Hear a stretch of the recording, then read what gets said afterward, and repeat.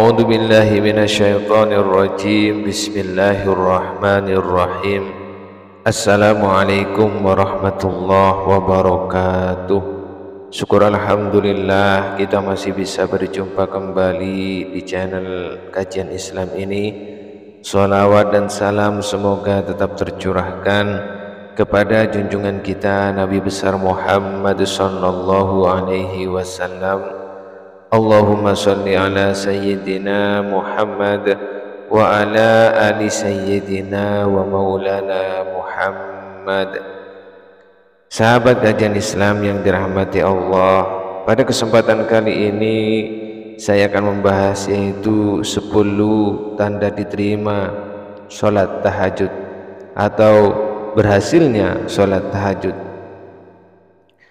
Dari hadis qudsi dapat disimpulkan ada tanda-tanda orang yang diterima sholatnya adalah sebagai berikut. Yang pertama, dia merendahkan diri dengan sholatnya. Karena kebesaranku, sholat yang diterima ialah sholat yang dilakukan dengan penuh tawadu karena kebesaran dan keagungan Allah. Andai orang ini khusyuk hatinya, akan khusyuk jugalah seluruh tubuhnya. Putuskan semua cabang hati yang berkaitan dengan dunia ini. Kata Rasulullah, sholatlah sholat perpisahan. Sholatlah sholat yang mengucapkan selamat tinggal kepada dunia. Kehusuan tidak mudah pernah tercapai bila kecintaan kepada dunia menguasai hati. Allah tidak akan terasa bila urusan dunia menjadi pusat perhatian. Inilah orang-orang yang tawadu, yang merendahkan diri karena kebesaranku. Inilah orang-orang yang sholatnya diterima karena merasa rendah di hadapan Allah. Hilang jugalah kesombongannya terhadap sesama manusia. Semua makhluk tidak berarti di depan Rabbul Izzati, Allah subhanahu wa ta'ala. Kedua, dia tidak menyombongkan diri kepada makhlukku. Tawaduknya dalam sholat melahirkan rendah hati dalam pergaulannya dengan sesama manusia. Kekuasaannya tidak menyebabkan ia sombong karena ia tahu bahwa kekuasaan adalah amanat Allah. Kekayaan tidak menyebabkannya memperbudak orang lain karena ia tahu bahwa harta hanyalah titipan Allah. Pengetahuan tidak membuatnya tinggi diri sebab ia tahu bahwa pengetahuannya tidak seberapa dibandingkan dengan luasnya ilmu ilahi. Orang yang sholatnya diterima tidak akan merasa dirinya lebih tinggi daripada orang lain.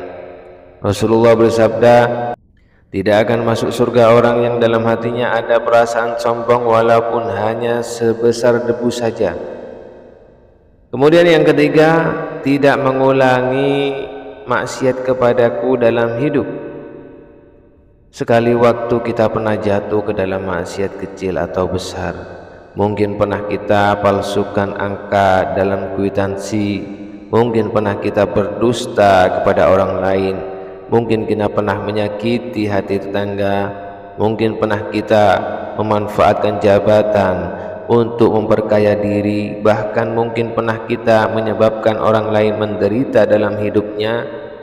Barang siapa sholatnya tidak menyebabkan dia menjauhi kekejian dan kemungkaran, maka sholatnya hanya akan menambah dia jauh dari Allah saja. Yang keempat, dia mengisi sebagian siangnya untuk berzikir kepadaku. Ada seorang sahabat bertanya kepada Rasulullah, "Ya Rasulullah, syariat Islam sudah banyak pada diriku.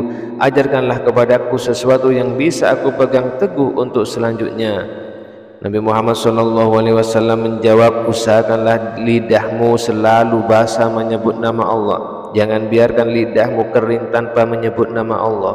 Berzikir bukan saja disyariatkan setelah sembahyang, melainkan juga pada setiap saat, ketika berdiri, duduk dan berbaring." Dan pada satu majelis saja sahabat menemukan Rasulullah membaca istighfar 100 kali. Ketahuilah hanya dengan zikir kepada Allah tenteramlah hati. Yang kelima, dia menyayangi orang miskin, orang dalam perjalanan, wanita yang ditinggalkan suaminya, dan mengasihi orang yang mendapat musibah. Salat yang diterima Allah tampak bekasnya dalam kehidupan orang yang melakukannya. Islam bukan saja datang untuk menegakkan akidah dan ibadah, melainkan juga membela manusia yang lemah, fakir miskin, orang yang kehabisan bekal, janda yang ditinggalkan suaminya, dan orang yang menderita. Orang kaya yang membuat sudut kecil di rumahnya untuk salat tahajud di malam hari, tidak diterima salatnya bila ia membiarkan tetangganya mati kelaparan, bila tidak tersentuh hatinya oleh penderitaan orang lain, bila acuh tak acuh saja terhadap masalah kemiskinan bangsanya. Tidak akan masuk surga orang yang kenyang padahal tetangganya kelaparan di sampingnya. Bila kelima ciri itu dijalankan, maka Allah berfirman, cahayanya bagaikan cahaya matahari. Aku lindungi dia dengan kebesaranku. Aku suruh malaikat menjaganya. Aku berikan cahaya ketika ia kegelapan. Aku berikan ilmu ketika ia kebingungan. Orang semacam itu seperti Firdaus di surga.